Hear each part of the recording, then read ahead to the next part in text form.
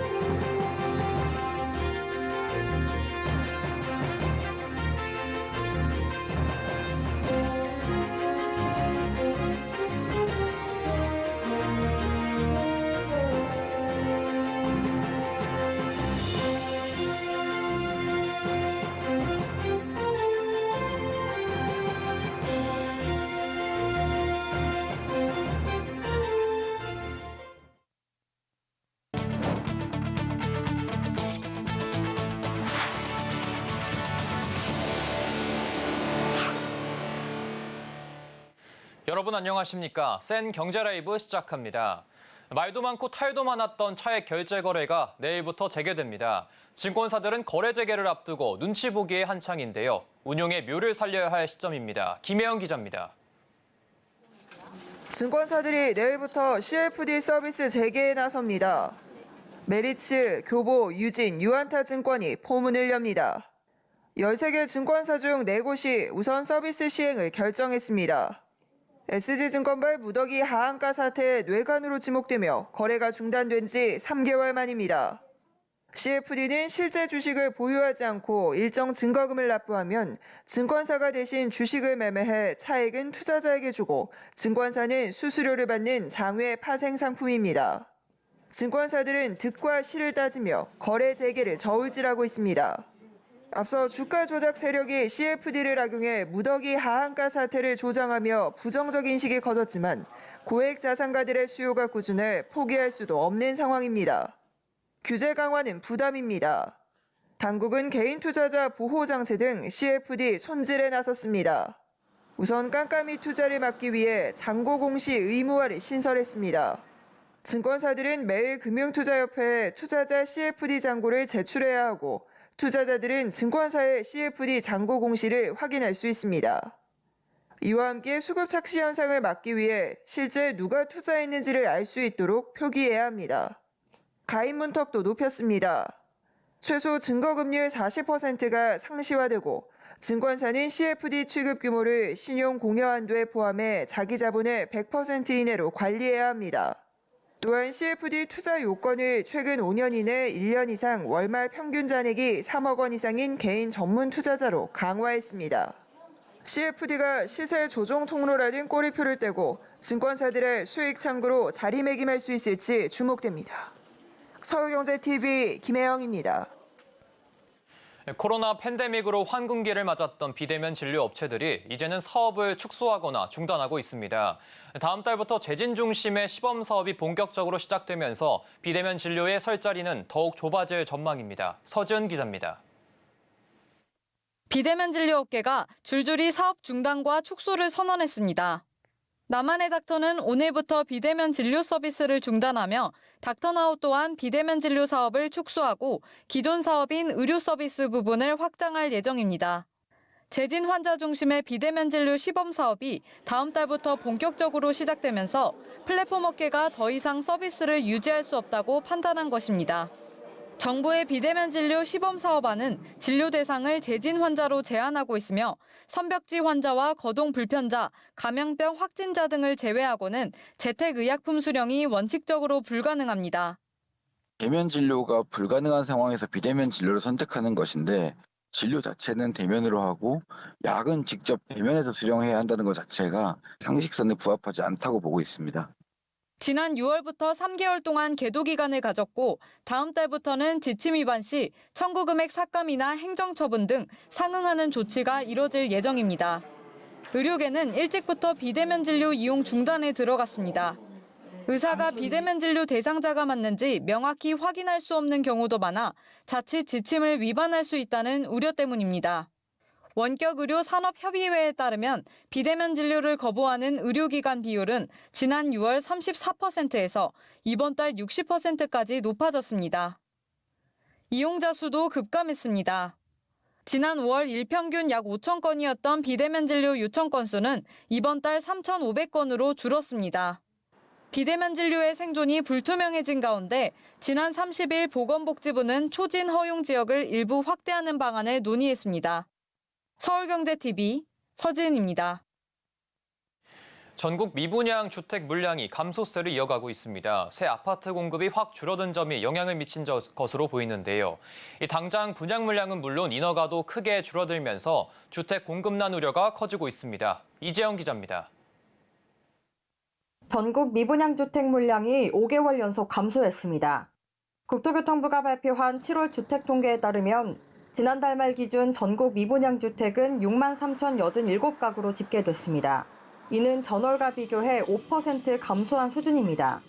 미분양 주택은 올해 2월까지만 해도 7만 5천여 가구까지 늘어 10년 만에 가장 높은 수준을 기록했지만 3월부터 지난달까지 감소하고 있습니다. 악성 미분양으로 불리는 준공후 미분양 또한 9,041호로 전월 대비 3.8% 줄어들면서 9개월 만에 감소세로 접어들었습니다. 최근 금리가 동결되고 수요자들의 부담을 덜어준 것이 원인 중 하나로 꼽힙니다. 중도금을 완화를 해서 대출적인 부분들에 대한 유인들 그리고 계약자나 수요자들에게 다양한 혜택들을 주면서 이런 분양시장에서 기본적인 자구 노력들이 일어났었다라고 볼 수도 있고요. 무엇보다 올해 신규 분양 물량이 급감한 점이 미분양 소진에 영향을 미친 걸로 분석됩니다. 올해 들어 지난달까지 전국 공동주택 분양은 8만 가구로 밑돌아 작년 같은 기간보다 44.4% 감소했습니다. 게다가 주택 인허가도 감소세를 이어가고 있습니다. 올해 7월까지 누적으로 전국 아파트 인허가 물량은 20만 7,278가구로 지난해 같은 기간과 비교해 30% 감소했습니다. 아파트 입주가 통상 인허가 기준 3년에서 5년 뒤, 착공 2, 3년 뒤에 이뤄지는 것을 감안하면 향후 공급 부족 문제로 이어질 수 있다는 우려가 나옵니다. 서울경제TV 이지영입니다. 백내장 독소 치료뿐 아니라 최근에는 치과 치료 관련 보험 사기가 기승을 부리고 있습니다. 이 보험을 판매하는 GA 대리점과 치과가 공모해 환자를 가담시키는 방식으로 보험 사기를 저질러 이 금융감독원이 소비자 경보 주의 등급을 발령했습니다. 민세원 기자의 보도입니다. 치아 질환을 앓고 있던 A씨는 보험 설계사 B씨로부터 치아보험에 가입하고 C 협력치과에서 치료를 받으면 거액의 보험금을 받을 수 있다는 정보를 듣고 솔깃했습니다. 설계사 B씨는 C치과에서 고객 상담을 담당하는 실장 직함도 가졌습니다. 그래서 A씨를 단 한 번도 치과 진료를 받은 사실이 없는 사람으로 꾸몄습니다. A씨는 B씨의 요구대로 여러 보험에 가입했고 C치과에서 치료를 받고 허위 진단서까지 발급받아 큰 액수의 보험금을 챙겼습니다. 이런 방식으로 설계사 B씨와 C치과는 환자들이 편취한 보험금 중 일부를 수수료 명목으로 챙겼습니다. 적발된 B씨와 C치과는 물론 환자 A씨도 사기 범죄 공모자로 모두 검찰에 송치됐습니다. 금감원은 오늘 이 같은 치과 관련 보험 사기 사례가 급증하고 있다고 밝히며 소비자 경보 주의 등급을 발령했습니다. 임플란트 시술 환자가 최근 5년간 연평균 8.6%씩 급증세를 보이며 치아 보험금 청구가 늘어나게 된 데 따른 겁니다. 문제는 이런 수법은 설계사와 치과가 사전에 공모한 것도 모자라 환자까지 끌어들이는 조직형 보험 사기로 발전한 흔치 않은 사례라는 점입니다. 그래서 금융당국은 물론 수사당국도 사건을 심각하게 보고 있습니다. 특히 이번에 적발된 사례를 보면 치과 상담사가 보험 설계사로 위촉돼 많은 환자들을 끌어들이는 조직범죄 창구 역할까지 했습니다. 여기에 하지도 않은 수술을 여러 날로 나눠 수술을 받은 것처럼 조작하는 등 허위 진단서 발급 사례도 적지 않았습니다. 보험업계 한 관계자는 조직형 보험 사기가 늘면 환자들의 가담도 그만큼 늘고 결국 보험 사기 규모도 상상 이상으로 늘어날 수 있다고 경고했습니다. 소액이라도 허위 진단서로 보험금을 받는 순간 보험 사기자로 연루돼 형사처벌도 받을 수 있다는 게 금감원의 설명입니다. 서울경제TV 민채원입니다. 우리나라 국민들의 카드 해외 사용액이 역대 최고치를 잇따라 갈아치우고 있습니다. 여행 수요가 회복된 건 물론 이른바 해외 직구족들이 크게 성장한 영향인데요. 카드사들도 직구족 공략에 더 열을 올리고 있습니다. 김수빈 기자의 보도입니다. 우리나라 국민들의 카드 해외 사용액이 5개 분기 연속 증가세를 이어갔습니다. 오늘 한국은행에 따르면 지난 2분기 국내 거주자의 카드 해외 사용액은 46억 4,600만 달러로 지난 1분기보다 1% 늘었고 1년 전보다는 26.9%나 급증했습니다. 지난 2019년 4분기 이후 분기별 최대 규모입니다. 한동안 코로나 여파로 주춤했던 해외여행에 대한 수요가 영향을 미쳤습니다. 2분기 내국인 출국자 수는 495만 2천 명으로 전분기와 거의 비슷한 수준으로 나타났습니다. 지난해 같은 기간과 비교하면 525% 폭증한 수치입니다. 가장 눈에 띄는 건 온라인 쇼핑을 통한 해외 직구족들의 성장세입니다. 온라인 해외 직접 구매액의 경우 전분기 12억 달러에서 12억 4천만 달러로 3.8% 불어났습니다. 그간 낮은 환율 기조를 이어왔던 영향으로 풀이됩니다. 일찌감치 직구족 잡기에 나섰던 카드사들은 제휴사를 더 확대하는 등 움직임도 커졌습니다. 하나 KB국민 신한카드는 스마트 앱의 직구 코너를 따로 마련해두고 수시로 관련 콘텐츠를 업데이트하고 제휴처도 확대하고 있습니다. 여기에 해외 유명 플랫폼과 제휴해 할인 또는 캐시백 규모도 키우고 있습니다. 다만 해외 직구 피해도 덩달아 증가했습니다. 한국소비자원 설문 집계 결과 직구 이용자는 10%, 해외 숙박 항공 이용자의 22% 이상이 피해를 경험했습니다. 해외 구매에 따른 불안 요인, 여기에 따른 위험도 상존하고 있기 때문에 직구와 관련되어 있는 소비자들을 보호할 수 있는 체계 역시 함께 필요할 것으로 생각됩니다. 이런 상황에서도 올 하반기 해외여행과 직구족은 더 늘 것으로 예상되는 만큼 카드사들의 직구족 공략은 더 가속화될 것으로 보입니다. 서울경제TV 김수빈입니다.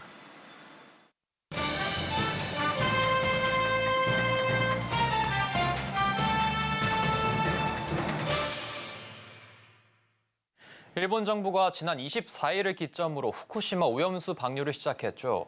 이 정부와 식품 유통기업들이 앞장서 해산물의 안정성을 강조하고 나섰지만 횟집 등 해산물과 관련된 소상공인과 자영업자들은 벌써부터 영업에 큰 타격을 받고 있습니다. 이처럼 소비자들의 해산물 기피 심리가 심화하자 육상에서 해산물을 양식하는 이른바 육상해산물이 주목받고 있습니다. 관련 내용 산업이부 이호진 기자와 자세히 이야기 나눠보도록 하겠습니다. 이호진 기자 안녕하십니까? 안녕하세요. 네, 후쿠시마 원전 오염수 방류가 진행되고 있는데 현재 수산업계 상황이 좀 어떻습니까? 네, 우선 정부는 오염수 방류가 정상적으로 문제 없이 진행되고 있다고 밝혔지만 소비자들의 수산물 기피 심리를 막아내진 못했습니다. 사실 수산업계의 피해는 이미 예견된 일이었는데요. 오염수 방류가 시작되기 전인 지난 6월 참다랑어와 태평양 연어의 수입량은 각각 189톤, 358톤으로 전년 동기 대비 3분의 1 규모, 5분의 1 수준으로 급감했습니다. 아직 오염수가 방류되기 시작한 지 일주일 남짓 시간이 지난 상황이라 이 정확한 피해 규모가 집계되진 않았지만 소상공인들은 피해를 몸으로 체감하고 있는 상황입니다. 잠실에서 일식집을 운영하고 있는 한 자영업자는 매출이 코로나 시기보다 20에서 30%, 코로나 이전보다 50% 이상 줄었다며 30년 넘게 장사하며 가장 힘든 시기라고 고충을 토로하기도 했습니다. 네, 이러한 소비자들의 불안 때문에 바다에 영향을 받지 않는 해산물이 육상 양식이 좀 주목을 받고 있다고 하는데 바다에서 해산물을 양식하는 사례는 좀 들어봤는데 제가 육상에서 해산물을 양식한다는 거 좀 생소하게 느껴지고 있는데 어떤 기업들이 좀 육상 양식 사업에 뛰어들고 있습니까? 네, 우선 동원그룹이 연어 육상 양식에 나섰습니다. 네. 동원그룹은 지난해 말 지주사 체제로 전환한 뒤 신성장 동력 확보를 위해 계열사별 신사업을 선정해 추진하고 있는데요. 그중 동원산업의 신사업이 바로 스마트 연어 양식입니다. 현재 우리가 먹고 있는 모든 연어는 수입산이거나 양식인데요. 동원그룹은 연어 양식을 통해 연간 4만 톤에 해당하는 연어 수입 물량 중 2만 톤의 물량을 국산으로 대체하고 전 세계 60조 원에 달하는 연어 시장에 진출하겠다는 계획입니다. 연어 육상 양식은 해수 순환 기술을 기반으로 이루어집니다.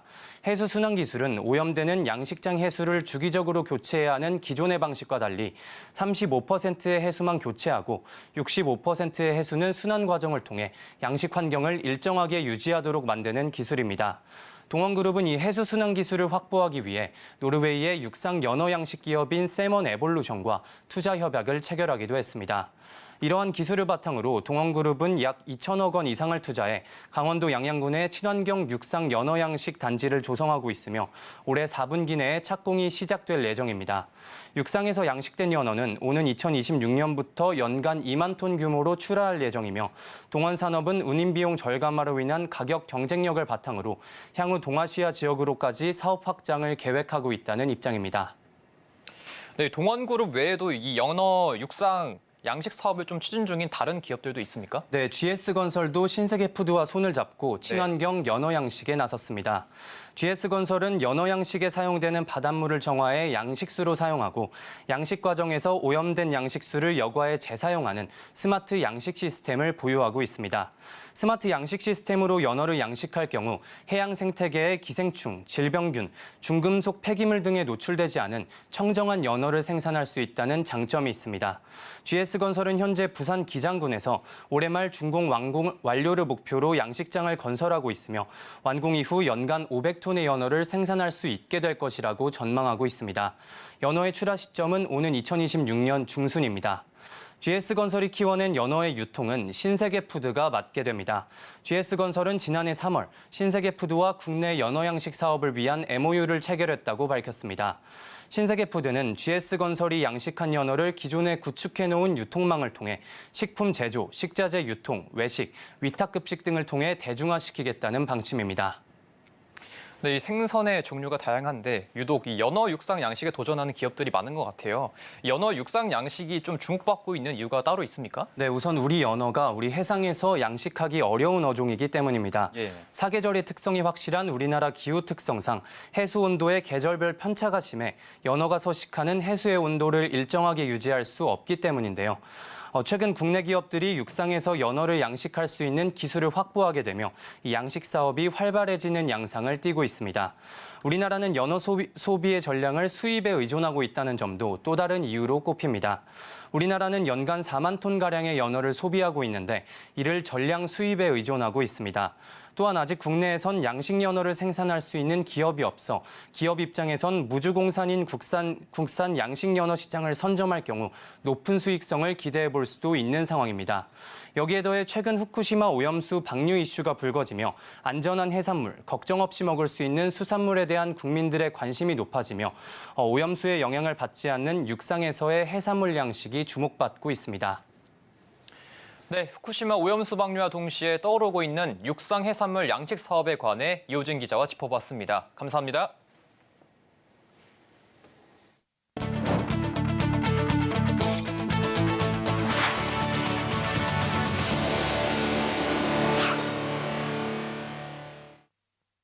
르노코리아가 도심 속에서 로드쇼를 여는 등 고객 경험을 확대하는 프로그램을 선보이고 있습니다. 올해는 XM3와 QM6 등 주력 차종의 상품성을 개선하고 가격 경쟁력을 높여 시장 공략에 나선다는 계획입니다. 박세아 기자입니다. 르노코리아가 오늘 공개한 르노 익스피리언스 밸류업 현장. 서울시청 앞 주요 도심에서 고객이 차량을 경험할 수 있는 공간을 마련했습니다. 도심에서 차량을 즐기는 르노 시티 로드쇼는 앞으로 전국 5개 도시에서 진행될 예정입니다. 르노코리아는 고객 경험을 강화하는 르노 익스피리언스 행사에 맞춰 주력 차종의 상품성을 개선하고 일부 차량의 가격을 낮췄다고 밝혔습니다. Renault Experience encompasses the entire customer journey, covering our products, connectivity, and services. Let's start with the product value up in Korean language, 가성비. QM6 퀘스트의 RE 트림은 기존 대비 195만 원, 벤트림은 185만 원 가격을 내렸습니다. 기존보다 5% 이상 낮아진 겁니다. XM3 이테크 하이브리드 모델에는 골드 컬러 포인트가 더해진 디자인 패키지를 적용했습니다. XM3 라인업 중 높은 판매량을 차지하는 1.6 GT 모델에는 신규 인스파이어 트림이 추가됐습니다. XM3, QM6, SM6 등 주요 모델에는 초미세먼지 고효율 필터와 LED 도어 스폿 램프 등 새로운 편의 사양이 적용됐습니다. 스마트워치 등 원격 시동이 가능하도록 디지털 커넥티비티도 강화할 예정입니다. XM3 같은 경우는 고객들이 원하는 사양들을 더해서 고객들이 원하는 드라이빙 감각을 유지할 수 있도록 만들었고요. QM6의 경우는 고객들이 원하는 차량을 만들기 위한 새로운 트림을 개발해서 고객의 요구에 한 발짝 더 다가서는 전략을 수립했습니다. 한편 르노코리아는 새로운 전동화 전략인 오로라 프로젝트를 속도감 있게 추진해 내년 하반기 중형 SUV 하이브리드 차량을 선보인다는 계획입니다. 서울경제TV 박세아입니다. 포스코가 기업 시민 선포 5주년을 맞아 서울 도심의 시민들을 위한 복합 문화 공간을 조성했습니다. 숲길을 걸으며 버스킹 공연을 즐기고 미술 전시회를 관람하는 등 시민들의 일상에 활력을 불어넣을 것으로 기대되는데요. 김유진 기자가 다녀왔습니다. 도심 한복판 빼곡한 빌딩들 사이로 초록빛 산책길이 펼쳐져 있습니다. 1km에 이르는 산책길 양쪽에는 분비나무, 기룩나무 등 국내 토종 수목들이 심어져 있어 숲속길을 걷는 기분을 느낄 수 있습니다. 이곳 지하 1층에는 데이비드 호크니, 르네 마그리트 등 해외 유명 작가들의 판화를 감상할 수 있습니다. 알만한 화가들이 있어서 그림 책 표지라든가 디자인한 거 그림 보면서 그 시대의 화가들이 그래도 나름 좀 사랑스러운 마음이 좀 있었구나 하는 걸 느끼면서 보고 있었어요. 서울 강남구 포스코 센터에 생긴 복합 문화 공간, 포스코 스퀘어 가든입니다. 포스코는 기업 시민 선포 5주년을 맞아 시민들을 위한 도심 속 복합 문화 공간을 조성했습니다. 기업 시민 경영념을 실천하고 있는 포스코 그룹이 선포 5주년을 맞아 포스코 센터 내면 전체를 재정비하여 시민들도 함께 즐길 수 있는 개방형 복합문화 공간 포스코 스퀘어 가든을 탄생시켰습니다. 공연을 보며 쉴 수 있는 버스킹 가든에선 매주 금요일 강남구와 함께 기획한 정기 공연이 펼쳐집니다. 전시와 공연이 열리는 선큰 가든, 자연 속 야외 미술관 갤러리 가든에선 예술과 쉼이 어우러져 시민들의 일상에 작은 활력을 불어넣을 것으로 기대됩니다. 특히 지하 1층에서 3층으로 이어지는 16m 높이의 대형 미디어월에선 화려한 미디어 아트가 눈길을 사로잡고 1층 중앙 로비에선 산호초의 꿈을 주제로 설계된 초대형 수족관 속 2천여 마리의 물고기와 산호가 시민들을 반깁니다. 포스코는 스퀘어 가든을 일반 시민들의 휴식 공간, 아마추어 공연가들의 버스킹 공연장, 결혼식 화보 촬영 장소 등으로 개방해 시민들과의 소통을 이어나간다는 계획입니다. 서울경제TV 김유진입니다. 중소기업계가 일본 후쿠시마 원전 오염수 처리수 해양 방류로 수산물 소비 위축에 대한 우려가 커지고 있는 가운데 수산물 소비 촉진을 위해 현장을 찾았습니다. 중소기업 중앙회는 오늘 인천 종합어시장에서 수산업계 어려움을 듣고 국내 수산물 소비 촉진 분위기를 조성하기 위해 자리를 마련했습니다. 김기문 중기중앙회장은 최근 수산물 소비 심리가 급격히 위축되면서 어민과 수산물 유통업자 등 업계 종사자들의 피해가 우려된다며 중소기업계는 추석 건어물 선물하기, 기업 등 단체급식의 수산물 활용, 수산물 판매 방송 확대 등을 통해 수산물 소비 촉진 분위기를 조성하겠다고 강조했습니다.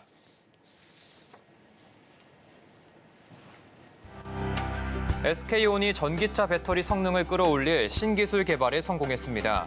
세계 최고 수준의 리튬이온 이동 속도를 통해 배터리 출력과 충전 속도가 향상될 것으로 기대됩니다. 두산 에너빌리티가 차세대 해상풍력 생태계 활성화에 나섰습니다. 한국 중부발전과 손잡고 대규모 상용화 단지 조성과 해외 시장 동반 진출을 추진하기로 했습니다. 한화오션이 한화그룹으로 편입된 후 처음으로 신입사원을 채용합니다. 서울 남대문 사무소의 연구개발과 설계 분야 인력 배치를 늘리며 기술 분야 미래인재 확보에 나선다는 계획입니다. 위니아가 김치냉장고 딤체 신제품을 출시했습니다. 김치와 채소, 육류, 생선 등 다양한 식재료를 장기간 신선하게 보관할 수 있는 고메 팬트리 기술이 눈길을 끌고 있습니다.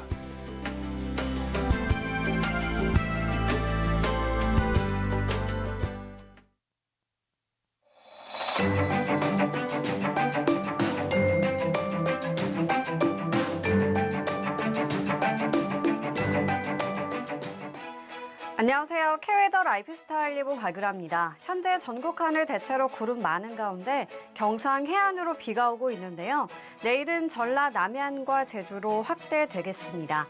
양은 경상 해안에 5에서 50, 전남 남해안과 제주에는 5에서 30mm가 되겠습니다.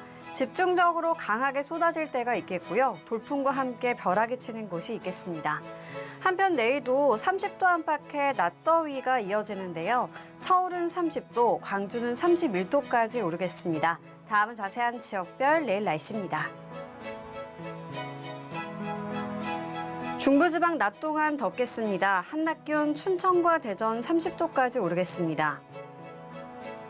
동해안도 낮더위를 보이겠습니다. 낮 기온 속초와 강릉 28도가 되겠습니다. 남부지방도 낮에 더운 날씨가 예상됩니다. 전주 31도, 대구는 29도까지 치솟겠습니다. 남해와 동해상으로 비가 오겠고요. 물결은 서해와 남해상을 중심으로 최고 4에서 5m까지 매우 높게 일겠습니다. 낮더위가 이어지는 가운데 주말인 토요일은 남부와 제주를 중심으로 비나 소나기가 지나겠습니다. 한편 태풍 3개가 연달아 발생해 북상 중인데요. 다음 주쯤 영향을 받을 가능성이 있어서 기상 정보를 잘 확인하셔야겠습니다. 날씨였습니다. 이상으로 센 경제 라이브 마칩니다. 함께해 주신 여러분 고맙습니다.